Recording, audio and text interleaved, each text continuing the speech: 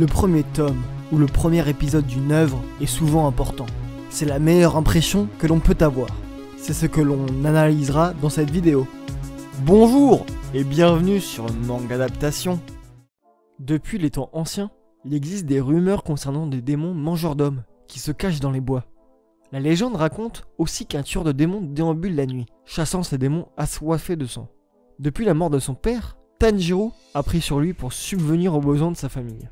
Malgré cette tragédie, ils réussissent à trouver un peu de bonheur au quotidien.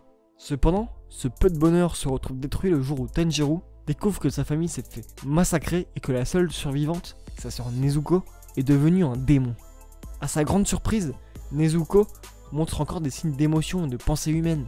Ainsi commence la dure tâche de Tanjiro, celle de combattre les démons et de faire redevenir sa sœur humaine. C'est un manga de Gotoge Koyoharu, publié en 2017 en France, mais réédité en 2019 par Panini avec 7 tomes pour l'instant. Et c'est un animé du studio Ufotable de 2019, fini en 26 épisodes et disponible sur Wakanim. Déjà, on a la même histoire globale dans les deux versions, dans un univers enneigé qui change des autres gros shonen.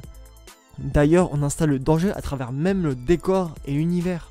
Un univers avec des vampires zombies surpuissants qui se régénèrent, avec des membres qui repoussent, des yeux très spéciaux, il y en a même des géants difformes aux multiples victimes. Et un peu de tout quoi. Du coup, les chasseurs de démons sont entraînés et équipés en fonction, avec un entraînement où on doit casser un rocher géant, des entraînements physiques, affronter des démons, etc. Mais cela est en lien avec les situations qu'analyse notre héros. C'est assez bien trouvé et plutôt bien représenté. Il feinte pour mieux trouver des ouvertures chez l'adversaire. Mais l'histoire globale n'est pas en reste, puisqu'on nous présente une famille charmante qui meurt 2 minutes plus tard. C'est assez fort puisqu'on arrive à s'attacher à Tanjiro plus facilement à cause de ce tragique événement. Mais il lui reste sa sœur qui garde des lueurs d'humanité envers Tanjiro. On a vraiment l'impression, comme lui, qu'elle peut redevenir humaine. Malgré la difficulté de la tâche, techniquement l'anime est très correct, avec une mise en scène léchée, avec tout un jeu de profondeur de champ, très souvent utilisé avec un mélange de 2D 3D très efficace. Tu vois, Netflix, c'est possible. Par contre, le dessin du manga est un peu spécial, mais reste acceptable. Les démons vampires zombies, ça devrait suffire à vous donner envie de regarder cette œuvre. Allez, à plus, et lisez des mangas.